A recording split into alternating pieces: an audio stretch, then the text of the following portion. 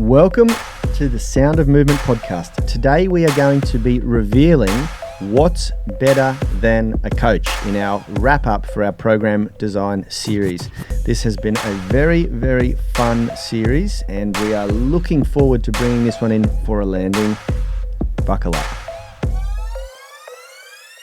Let's rock. If you're new to the tribe, Rich is behind the mix and Phil is at the table with me, Yani Burmeister, and we are Unity Gym, experts at turning driven people into athletes.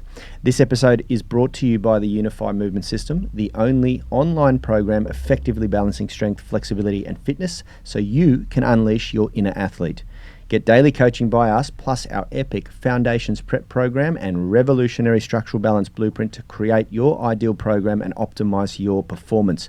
As a valued listener, you can always use the link in the description to get your first month free. But for the next 3 days, if you're catching this one live or now in present time, we are still doing our flash sale. 50% lifetime discount will not be available again until November 2020.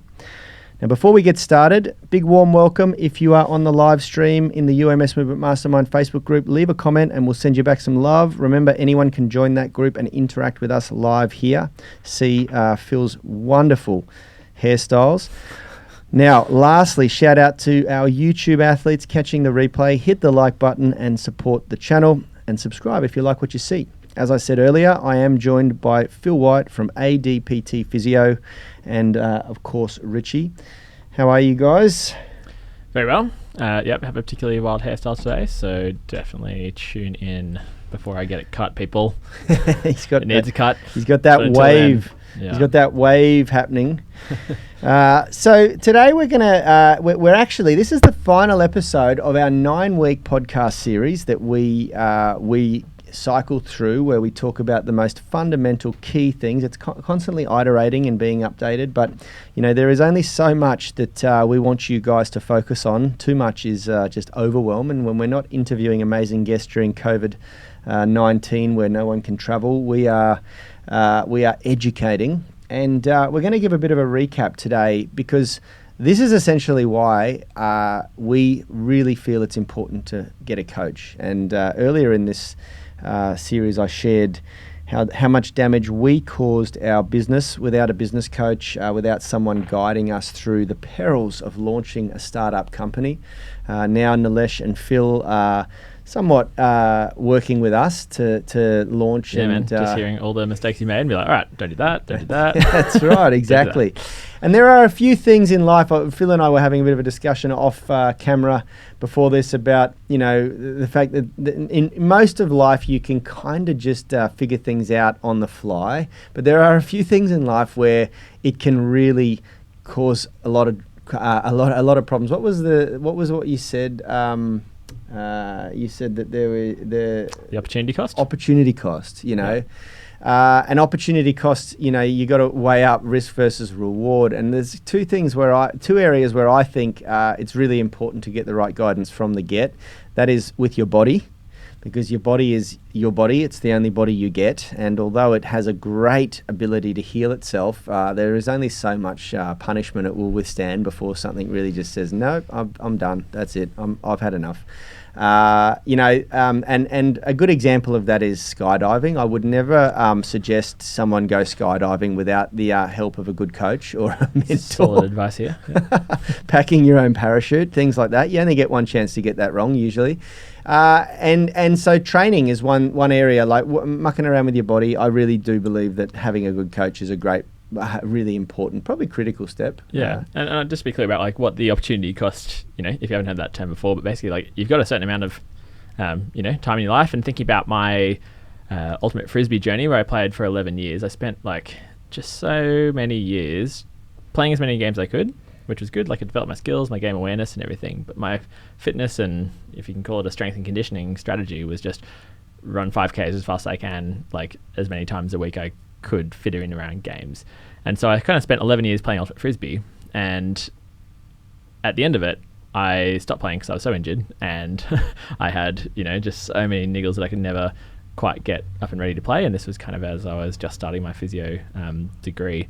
And thinking about, you know, that 11 years, if I had sort of spent that time from the get with a good bit of guidance around how strength and conditioning works, how to balance training, how to understand that kind of, the load management stuff we've talked about so much in our series, like that where I kind of got to after 11 years of trying to figure it out myself and not getting it right is just so different to if I'd spent 11 years really constantly, developing a good practice of strength conditioning plus skills. And it's a real shame, and I'll never get that time back. And I am paying the price now with lots of old injuries that rear their ugly head when I don't get my training sort of really dialed in, or sometimes they just pop up because that's how injuries work. But now I've learnt so much, and I'm trying to, from now going forward, not lose this opportunity to get it right.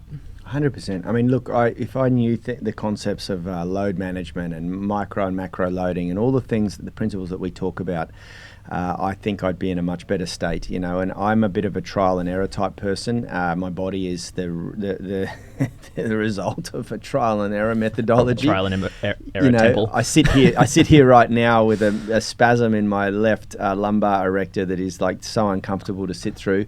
And I had a crack at deadlifting it out this morning, but I had an early bank meeting that I had to race to, so I really had to rush through my workout today, which was terrible. I woke with a really great morning walk and everything. But look, to recap, a good coach, and this is what we believe thoroughly here at Unity Gym, is that a good coach will always start with igniting your motivation and figuring out how to go deeper than just the superficial layer of what gets you through the door of a gym or into an exercise program, or gets you to go to your local sports store and buy a new pair of runners, which is usually aesthetically driven, or oh my god, I've put on a bit of weight, or whatever. For me, it's very much intrinsic. I lift heavier than I feel comfortable with. I run further and faster than I feel comfortable with, because those things challenge me, and it's the challenge that's the beautiful magic for me. And that by continually, frequently challenging myself, I build grit, and it's that grit that gets me through life. I have shared many times that I suffer depression, or I work through depression often, and without my exercise and without challenging myself, challenging my mind, challenging my body, building those muscles, building resilience and grit, I would just be knocked on my butt all the time whenever I have a bad day with my psychology, and so a good coach is going to help find what works for you. Your reasons are going to be different to mine, and they're probably going to be different to Phil's, and they're probably going to be different to Richard's. So that's very, very important. The most important thing that we've talked about is getting that exercise practice happening and getting that exercise habit.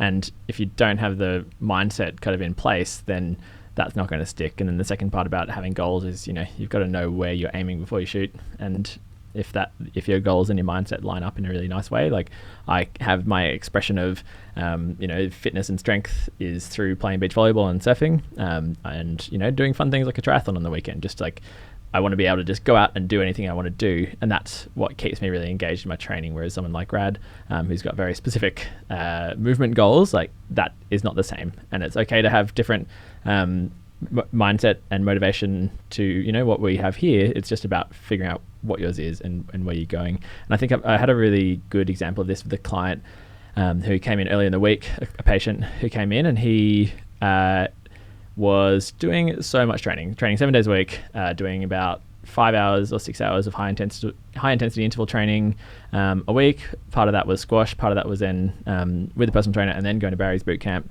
and smashing out treadmill running and whatever they do at Barry's. And then he would do a little bit of strength, and then he'd do one swim a week, and then he felt like on his rest day he should be doing something, so he did yoga, which was then adding even more sort of stuff. And then he came in he had a bit of a sore back, and I was like, okay, let's rewind, have a look at what you're actually doing, and what was his actual goals. And he said number 1 was health, and number 2 was body composition, because he lost 45 kilos over 3 years, which is incredible. Like, he showed me some the changes some pictures of his transformation, and it was absolutely amazing. But he'd kind of got the mindset that was just like desperation, keeping away from putting weight on, but had no idea about where he was sort of pointing his efforts. And so, our physio session was basically rejigging his program, doing a bit of education about how to actually build muscle and continue to lose fat, but also addressing the recovery, addressing sleep, because he was putting in so much effort. Like, he trained so hard and spent so much money and absolutely cooked himself, but he wasn't getting the result he wanted because he'd not aimed before he shot. Yeah, wow. So, and it's so common, you know. And look, on that exercise habit that Phil brought up, you know, which is one of the very first steps that a good coach is going to help you through. If you do it for the wrong reasons, and this is where it's deeply linked to the motivation component. If you do it for the wrong reasons, certainly what I started out with, because I had insecurities about my physical body. You know, I just went at it so hard to change the way I looked that it didn't matter how I felt and how my body functioned, which had actually been more important to me than I realized at the time because of my boxing. And you know, I took it for granted that I could move the way I could move. And then when I started going to the gym and only developing certain muscles because of the way they looked, I didn't realize just how badly that was affecting how my body was functioning. And it wasn't until it was too late that I tore a muscle that was really important in boxing, the long head of your tricep. And there was this whole dysfunction thing that I went, oh my God. So the way I exercise can actually really destroy the way my body functions if I do it wrong and I get it wrong. And that really started to change the way I thought about exercise. But that's the very first step of a good coach, is going to help you sort of go, okay, well, why are you doing this? And make sure that you're doing it for the right reasons, and then help you find some deeply rooted intrinsic motivator that's going to keep you going and keep you on the right track, you know. And I think that's like the very grassroots. That's why it's so important. And then next from there is, of course, how you're fueling your body and how you're, you know, whether you're learning or in habits or cultivating habits and routines and rituals that are nourishing your body, as opposed to, you know, dieting. Like, there's some coaches out there, and I know this because my sister was very much into acting. She was a professional actor. She went over to America. She became quite successful, and I was always her coach in Australia, and her coach over there was just this diet guru that was just about getting her as skinny as possible at all costs. And it was just tragic to see how he was approaching her fitness and health. It was totally unhealthy, you know, and it actually triggered some really bad eating disorders with her, and he was like, good, anorexic's good because we're going to be skinny, you know. And I was just like, holy shit, like, there is some really bad coaches out there, you know, especially around nutrition and really bad habits that people can form around that, you know. Yeah, and with this patient that I saw earlier in the week, like, he, you know, had obviously lost all this weight, and he'd done that by going to a calorie deficit, which is partly nutrition, partly, you know, his exercise, but then he's still now at like about 100 calorie deficit from what he thinks his basal metabolic rate is, but then he's also doing so much exercise that he's actually end up being like completely underfueled. And his goals are, you know, number one, health, and then number two is putting on a bit of muscle mass. And so he just had no idea about the connection between, you know, actually fueling your body and how different energy systems work. So he was, you know, going very low carbohydrate diet and then doing loads and loads of it, like high intensity exercise, and having no idea the connection there between, you know, which fuels are utilized during which exercises, and wondered why he felt like shit all the time. Yeah. And so it's just so kind of key. If you have, you know, a lot of people think like, oh, I just need to eat less. But if your goal is health and body composition, then often, you know, it's more about understanding fuel utilization, which fuels are used for which type of energy and exercise, and really getting that right. And it's just, I think that's another, like, everybody had no idea about that, and he was constantly just feeling terrible. So and from our perspective here at Unity Gym, those first three areas, motivation, movement, nutrition, and are like go no go areas. Until you dial that in, we call that our foundation, and that's what we teach in our workshops here, in our fast growth workshops, in our 28-day intensive, things like that. Those things have to happen before we move forward, you know, and a good coach will really help you dial that in. And you know, I've worked with plenty of great coaches who are phenomenally good at doing that. They all have their unique little systems and their ways of doing things and their own little nuances and their own experiences, but you know, it is a really, really important part, and a lot of people just skip that. If you go to the gym or start doing like a running club or something like that, you often or start playing a sport, you often skip those three things, and you jump straight to, you know, what we call on the health hierarchy, the pinnacle, the top, or the second layer, which is movement mastery or physique sort of style training.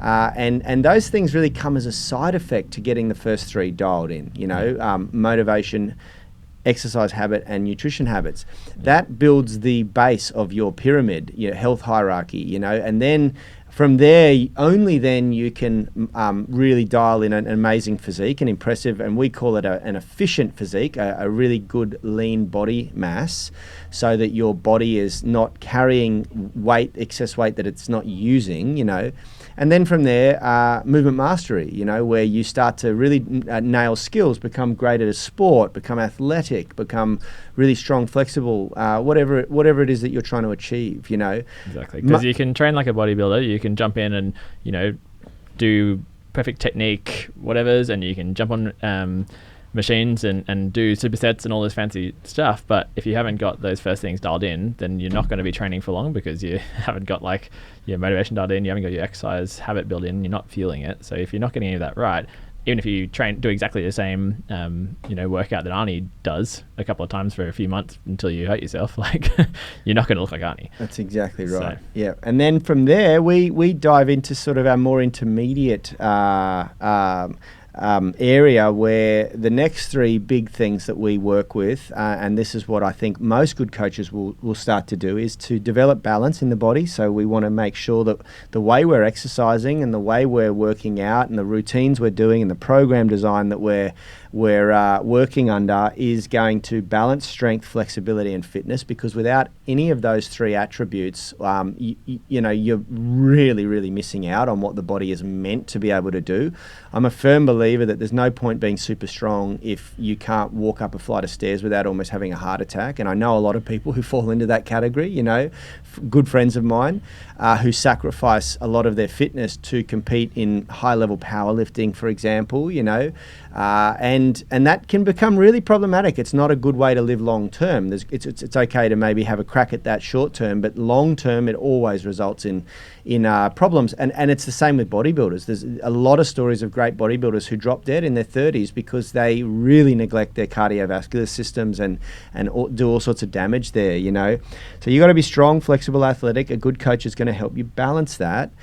And then from there, within that balance, obviously there's room for specialization, but it's all about understanding how to tweak certain variables so you end up moving towards your goals, and not just like if your goal is overall health, then probably getting like a very defined balance between all of those things. If you have certain goals within there where it's maybe a bit more about fitness, then you do a bit more fitness, but you still keep your strength and flexibility. If you got goals around strength, then you do a bit more of the particular type of strength you're doing, but you're still keeping your fitness and flexibility. So it's not about just being an ultimate generalist who's no good at anything. You can still specialize within that, but if you're missing the other aspects, then you're really missing out. Well, the thing is that without the knowledge or understanding of what can happen and why that's important, you tend to just keep going in one direction and by the time you realize that it's a problem, it's usually a problem, and it's something much worse is just around the corner. And a good coach is going to be sort of like a North Star that will be able to say, hey, we've worked on, we've run a bunch of half marathons, and we've done this and we've done that. Maybe it would be a good idea to bring you back and get you a bit more flexible or get you a bit stronger. A great example of that is Tom DeCanter, who we had on the podcast, the running podiatrist, who's one of the top runners in Australia, and he's recently started to build a whole lot more strength programming into his 180k running weeks, because he just has come to realize that it's just the part that he's missing, and he's paying for it, which but now he's built that practice. His running is better than ever. He's hitting crazy PBs, really sub 3 minute 5Ks at just sub 3 minute K 5Ks, and just insane. That's incredible. He's a speedy dude. There you go. But if you get this wrong, then you go into our sort of next big point, which is around injuries and understanding how to get your rehab right and a big part of that is getting your load management right. Yeah, absolutely, and that's leading into the show's title today, which we'll give up in a sec, which is what's better than having a coach, and we're gonna reveal that shortly. But load management and injury mitigation and injury risk mitigation is just so important. Yeah, and understanding what rehabilitation is, like that's this what we were talking about was it last week that we were, earlier this week, where basically rehabilitation is training in the presence of injury. It's not doing something wildly different. Your body doesn't know when you're doing a rehab exercise. You should still be training, still working towards your goals, still having balance in all of those factors that we're talking about, but understanding which variables that we need to tweak and change to keep training and get past your injury, not taking time out, doing boring activation exercises and then suddenly jumping back into your sport at the level that you left it. That's not rehab. It's been one of the biggest eye-opening experiences and probably revolutionary experiences for us here, Richard, myself and Rad, working with yourself and Nilesh, learning that, not that much actually changes when you're in a rehab program, or you're doing rehab exercises. You generally continue doing what you're doing. It's just that you change the loading variables and you sometimes will regress a movement here and there, but you just sort of keep doing it. And I've had such a better experience working through issues doing that than okay, I'm injured, I'm going to go into the naughty corner, as we talked about it before, which was just so good, I think, and it really helps with your mindset and the motivation that we talked about right at the beginning, where you can keep, if you've got a lower body injury, like smash out your upper body, like get progress there, use that time to focus on some different things, and that will keep you in that exercise habit, so it all sort of feeds into each other. 100%. And as Stephen Pellegrino, one of our online UMS online coaching tribe members, has said here, or random directions, when I was talking about going in the wrong direction, which leads us to the next step, which we call step 6 in our journey, which is assessments and structural balance and strength testing to make sure that you're, we spoke about this earlier, collecting data, analyzing that data, and then deploying that data in your program design so that you are heading in the right direction. It's not random. It's not in the wrong direction. It's built around what your body needs, and we talked about that earlier in the series this week about, using templated programs when there's a reason to, and then using personalized programming when there's a reason to. And, beyond a general preparations phase or a plateau busting strength program or something like that, or a skill specialization program where you're learning to unlock a handstand or a muscle up or something like that, you should be constantly evaluating where you're at and then getting that data and deploying that data in your program design to make sure that you're doing what you need, not what your mate needs, not what your cousin needs, not what the bro science guys need at your local gym. You're doing what your body needs based on your goals and how your body functions, and that is just so super important. And then, as we then take our tribe on a journey into more advanced areas of their training and their lifestyle coaching, which we call the Elevate area, is basically, how to, you'll get to a point in your training where it becomes boring, where it becomes monotonous, where it becomes like, oh, wow. And usually it's like, I've achieved that physique goal that I wanted to achieve, or I've unlocked that skill that I wanted to achieve. Yeah. Or you've maybe developed an exercise habit, but you haven't had found some way to express your athleticism. Yeah, that's exactly right. And that's where we challenge our tribe to find something, whether it's a sport, whether it's a hobby, whether it's calisthenics, whether it's yoga, whether it's rock climbing, ultimate frisbee, football, soccer. Will, our gym manager, was just talking in our huddle about how he's had his first rugby training session last night. Find a sport, find somewhere you can. But you also know salsa dancing. What a combo! Yeah, rugby and salsa dancing. That's exactly right. So good. You need something that's going to allow you to express your skill, express your athleticism, what you've been training for, because we don't go to the gym. I wrote a blog about this that I'm about to publish today and send out to our Inner Circle email list.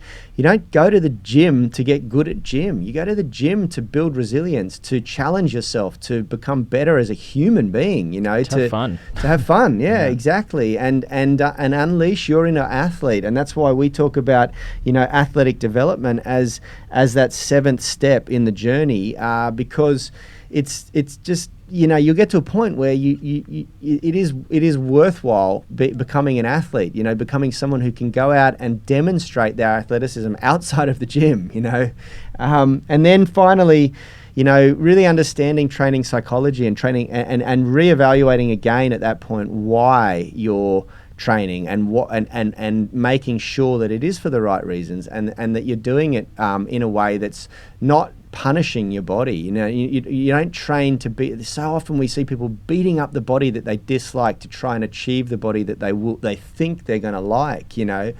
It's not how you do it. Yeah. It's just completely wrong. My patient that I mentioned earlier, like it's just all about like if he hasn't felt like he's beat himself up that day, it's like he feels like he's guilty and he hasn't done enough. And so we're really trying to getting that mindset right is because he's built the habit. He's like doing a lot of the right stuff, but he's not doing the right balance of it, and he's not doing it for the right reasons. 100%. And by the time you get to that sort of step, which we call step 8 in this process, in this training journey, training psychology becomes really, really important, because often to go to the next level, you'll need to do things that you've never done before, or do things that you may not necessarily enjoy, because by this time you're really, really in the groove and you've been training for quite a long time, and you will have formed habits, beliefs, you will have formed, you will really have built a process that you enjoy, that you're good at. And often at this point, you have to start doing things that you're a complete beginner at to get better.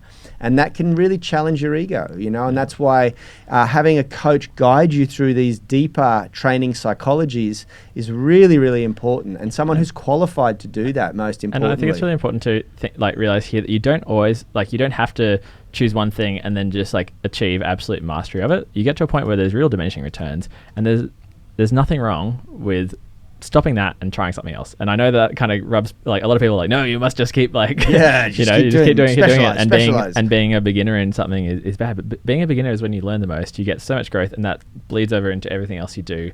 And I'm a big fan of it. So, if you're the kind of person who just wants to achieve absolute mastery, do it. But don't be afraid to try something else. Yeah, 100%. And then finally, we come to the final step, which we call the 9th step in our training journey that our tribe. For coming after 8 to call it the 9th, which is this week, which is actually learning how to fish. Learning how to design your own program so that you can become someone who actually positively influences the people around you. Taking all of that journey, all of that education, that wealth of knowledge that you've collected and experienced, and learning how to put that into your own programs. And I think that is a really great place to sort of leave the discussion. You are an enlightened person after going on a journey with a great coach, and I've certainly done it with business. I've done it with finance. I've done it with personal training. I've done it with my own physical exercise. I had a boxing coach from the age of 14 to 30. I worked with the same, I worked with 2 coaches in that time. I worked with the same coach from 18 to 30.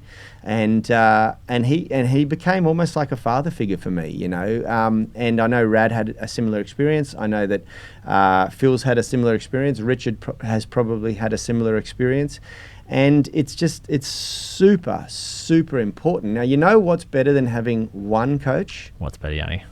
Having 5 coaches, there it is. Talking about everything that we've just gone through there. There is no way in hell that one person is going to be able to take you on that journey well. They're going to specialize in certain areas. They're going to be great at certain things, but it's doubtful that they're going to be great at everything. And that's one of the things that I am thrilled to be able to offer our tribe here at Unity Gym and in the Unify Movement System online, is that when we sit around this table with Nilesh, with Phil, with myself, with Rad and Richard behind the mix, it is 5 people who have a collective experience coaching people and doing their own training for over 70 years. It is a lot of knowledge, and there is just no way you can match that with one person. Yeah, and I think where sometimes people get wrong is when you go on Instagram and maybe you follow 20 kind of fitness and lifestyle programs, and so you do a bit of everything, but it's not coherent and it's not sort of lined up to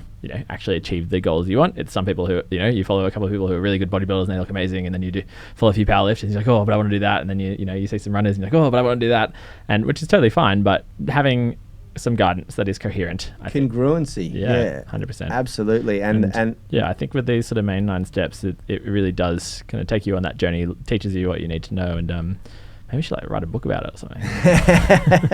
That's right. Absolutely. Look, we're going to bring this in for a landing, and we're going to bring this series in for a landing, which is, it's very exciting. And we're going to jump over to our UMS online coaching tribe now to deliver their last daily group coaching call for this week. And if you're a part of that group, jump over. I can see we've got a few of you on the stream at the moment. We've got a lot of great videos to review and critique, and a lot of great questions. So we'll see you over there in a sec. And for everybody else joining us in the podcast, have a fantastic weekend. It is Friday here in Sydney, Australia for us. Have a great day at work tomorrow if you aren't already there. And we will see you next week. I won't, but you will.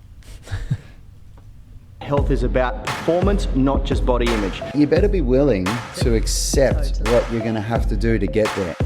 We'll start focusing on movement goals, strength goals, flexibility goals. When you nail that skill, that's there forever. The body image goal doesn't get you that It's far. the consistency and frequency that's going to get you there. It's not the intensity. There's no shortcuts to mastery and movement. Destination doesn't change overnight, but your direction will. The gym is not the place to beat up the body that you hate. It's the place to build the body that you love. We are the gym that teaches people how to move instead of just exercise, because we believe that health is about performance, not just body image.